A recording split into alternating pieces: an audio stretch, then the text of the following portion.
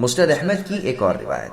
مسند احمد میں ابن مسعود رضی اللہ عنہ کی روایت ہے کہ جب شب معراج میں ابراہیم اور موسیٰ اور عیسیٰ علیہ السلام سے اللہ کے رسول صلی اللہ علیہ وسلم نے فرمایا میں ملا، وہاں قیامت کے قائم ہونے کے خاص وقت کی بابت مذاکرہ ہوا۔ ابراہیم علیہ السلام نے لا علمی ظاہر کی کہ انہیں تو معلوم نہیں قیامت کب قائم ہوگی، تو کہا موسیٰ علیہ السلام سے پوچھو، انہوں نے بھی بے خبری ظاہر کی۔ پھر طے ہوا کہ عیسیٰ علیہ السلام پر رکھو۔ آپ نے فرمایا، یعنی عیسیٰ علیہ السلام نے، اس کے صحیح وقت کا علم تو بجز اللہ تعالیٰ کے کسی کو نہیں۔ ہاں یہ تو مجھ سے فرمایا گیا ہے کہ دجال نکلنے والا ہے، اس وقت میرے ساتھ 2 چھڑیاں ہوں گی، وہ یعنی دجال مجھے دیکھتے ہی سیسے کی طرح گھلنے لگے گا، آخر میری وجہ سے اللہ تعالیٰ اسے ہلاک کریں گے۔ پھر تو درخت پتھر بھی بول اٹھیں گے کہ اے مسلمان دیکھ، یہاں میرے نیچے ایک کافر چھپا ہوا ہے، آ اور اسے قتل کر۔ بس اللہ تعالیٰ ان سب کو ہلاک کریں گے، لوگ ٹھنڈے دلوں اپنے شہروں اپنے وطنوں میں لوٹ جائیں گے۔ اسی زمانے میں یاجوج و ماجوج نکلیں گے جو ہر اونچائی سے کودتے پھاندتے آئیں گے، جو چیز پائیں گے غارت کر دیں گے، جو پانی دیکھیں گے پی جائیں گے۔ آخر لوگ تنگ آ کر مجھ سے شکایت کریں گے، میں اللہ تعالیٰ سے دعا کروں گا، اللہ ان سب کو ایک ساتھ ہی ہلاک کر دیں گے، لیکن زمین پر ان لاشوں کے تعفن کی وجہ سے چلنا پھرنا مشکل ہو جائے گا۔ اس وقت اللہ تعالیٰ بارش برسائیں گے جو ان کی لاشوں کو بہا کر سمندر میں ڈال دے گی۔ مجھے یہ خوب معلوم ہے کہ اس کے بعد ہی فوراً قیامت آ جائے گی، جیسے پورے دن کی حمل والی عورت ہو کہ نہ جانے صبح فارغ ہو جائے اپنے وضع حمل سے یا رات ہی کو۔ یہ روایت سنن ابن ماجہ نیز مستدرک حاکم میں بھی ہے۔ ایک لمبی روایت کا تذکرہ اور ایک حدیث میں ہے کہ رسول اللہ صلی اللہ علیہ وسلم کو جس رات مسجد حرام سے بیت المقدس کی مسجد تک پہنچایا گیا، اس رات آپ زمزم اور مقام ابراہیم کے درمیان تھے کہ جبرائیل علیہ السلام دائیں اور میکائیل علیہ السلام بائیں سے آپ کو اڑا لے گئے، یہاں تک آپ آسمان کی بلندیوں تک پہنچے۔ لوٹتے ہوئے آپ نے ان کی تسبیحیں ماں اور تسبیحوں کے سنی۔ یہ روایت اسی سورت کی آیت تسبح لہ السماوات السبع کی تفسیر میں آئے گی، یعنی سورہ بنی اسرائیل کی آیت نمبر 44۔ مسند احمد میں ہے کہ امیر المؤمنین عمر بن الخطاب رضی اللہ عنہ مقام جابیہ میں تھے، بیت المقدس کی فتح کا ذکر ہوا۔ آپ نے کعب رحمہ اللہ سے پوچھا کہ تمہارے خیال میں مجھے وہاں کس جگہ نماز پڑھنی چاہیے؟ کعب رحمہ اللہ نے فرمایا، اگر آپ مجھ سے پوچھتے ہیں تو میں تو کہوں گا کہ صخرہ کے پیچھے نماز پڑھیے تاکہ سارا بیت المقدس آپ کے سامنے رہے۔ عمر رضی اللہ عنہ نے فرمایا، تم نے وہی یہودیت کی مشابہت کی، میں تو اس جگہ نماز پڑھوں گا جہاں رسول اللہ نے پڑھی ہے۔ بس آپ نے آگے بڑھ کر قبلے کی طرف نماز ادا کی۔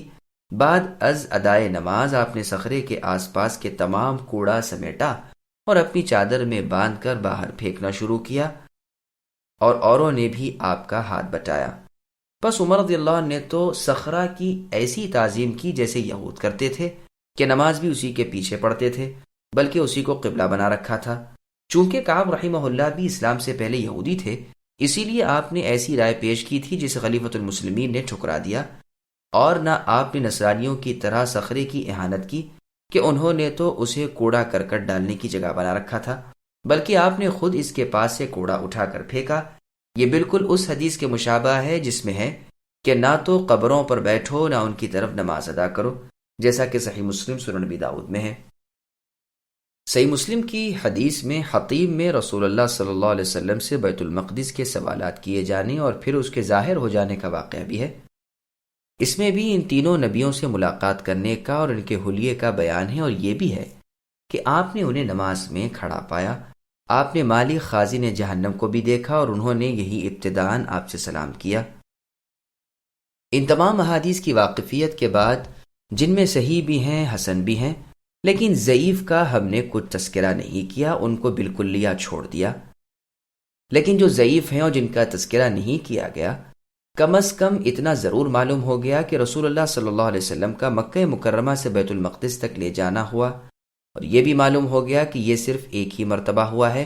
گو راویوں کی عبارتیں اس باب میں مختلف الفاظ سے ہیں، گو ان میں زیادتی کمی بھی ہے۔ یہ کوئی بات نہیں، سوائے انبیاء علیہ السلام کے خطا سے پاک کون ہے؟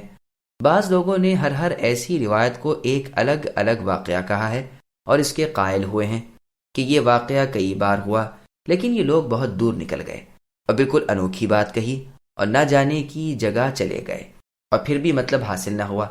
متأخرین میں سے بعض نے ایک اور ہی توجیہ پیش کی ہے اور انہیں اس پر بڑا ناز بھی ہے، وہ یہ کہ ایک مرتبہ تو رسول اللہ کو مکے سے صرف بیت المقدس تک کی سیر ہوئی، ایک مرتبہ مکے سے آسمانوں پر چڑھائے گئے، اور ایک مرتبہ مکے سے بیت المقدس اور بیت المقدس سے آسمانوں تک، لیکن یہ قول بھی بہت دور کا اور بالکل غریب اور عجیب ہے۔ سلف میں سے تو اس کا قائل کوئی نہیں، اگر ایسا ہوتا تو خود رسول اللہ آپ ہی اسے کھول کر بیان فرما دیتے اور راوی آپ سے اس کے بارے میں ہونے کی روایت کرتے۔